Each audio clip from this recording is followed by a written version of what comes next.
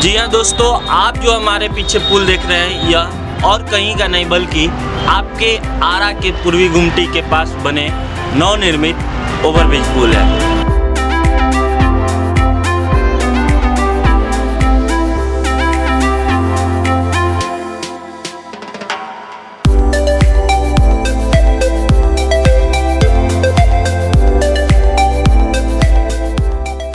हालांकि आरा शहर की विकास दिनों दिन बढ़ते जा रही है, वहीं जनसंख्या बढ़ना लाजमी है, परंतु सड़क की व्यवस्था सही नहीं होने के कारण आम दिन कई संस्था कई पार्टियां इसके लिए धरना प्रदर्शन करते आ रही थी। लोगों की मांग थी कि पूर्वी गुमटी के समीप एक नई फ्लाईओवर का निर्माण हो। हालांकि उसके बदले पश्चिमी रेलवे गुमटी पर एक फ्लाईओवर का निर्माण किया गया।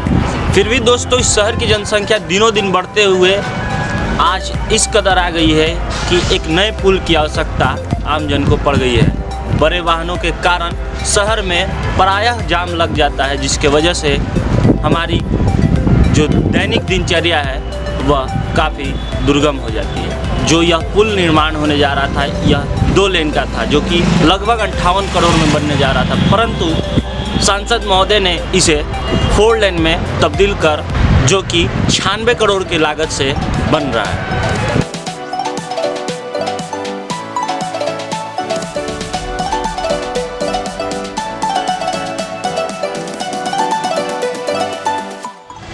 तो दोस्तों, इस पुल की लंबाई लगभग 2 किलोमीटर की है, जो हमारे आरा बस स्टैंड से शुरू होकर बिहारी में छठ घाट तक बनाई गई है।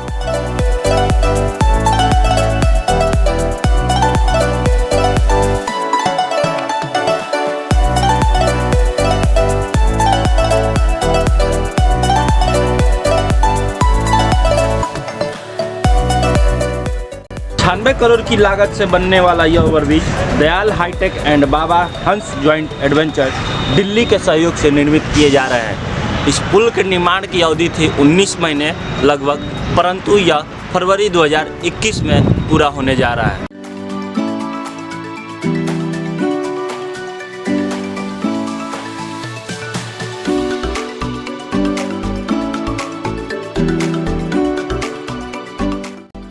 तो दोस्तों, इस ओवरब्रिज के बनने से आरा शहर को जाम से निजात मिलने की तो उम्मीद है ही, साथ ही इससे जुड़े जो भी क्षेत्र हैं गोंडा रोड, बिहारी मीर, सासाराम, संदेश, अन्य बड़े शहरों को यह बहुत ही सुविधाजनक साबित होगी। तो दोस्तों, पटना से आने वाले हर ट्रांसपोर्ट को जो कि आरा शहर आते आते जाम की मार झेलने पड़ती थी, इस ओवरब्रिज के निर्माण के बाद उन्हें भी काफ़ी सुविधा मिलेगी। दोस्तों, इस पुल की 1 लेन की उद्घाटन 10 फरवरी को होने जा रही है। हालांकि इसकी उद्घाटन 26 जनवरी को होना तय था, परंतु इस वर्ष कड़ाके की ठंड बढ़ने की वजह से इस पुल के निर्माण में थोड़ी धीमी गति आ गई।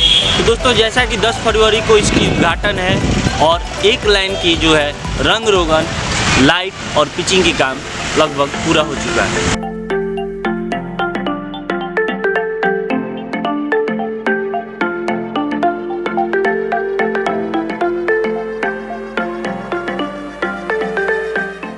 तो दोस्तों, इस पुल के माध्यम से सासाराम, जगदीशपुर और टाटा के तरफ से आने वाले हर बड़े वाहनों को पटना और छपरा की तरफ जाने के लिए आसानी होगी। उधर नगर क्षेत्र के अंतर्गत आने वाले आरा सासाराम, आरा अरवल और आरा मोहनिया मार्ग से नो एंट्री जो है वह समाप्त हो जाएगी।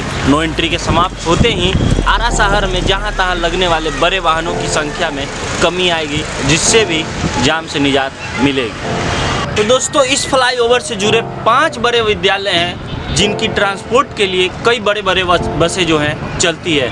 उन बसों को भी आने जाने के लिए इस पुल के माध्यम से काफ़ी सुविधा मिलने वाली है।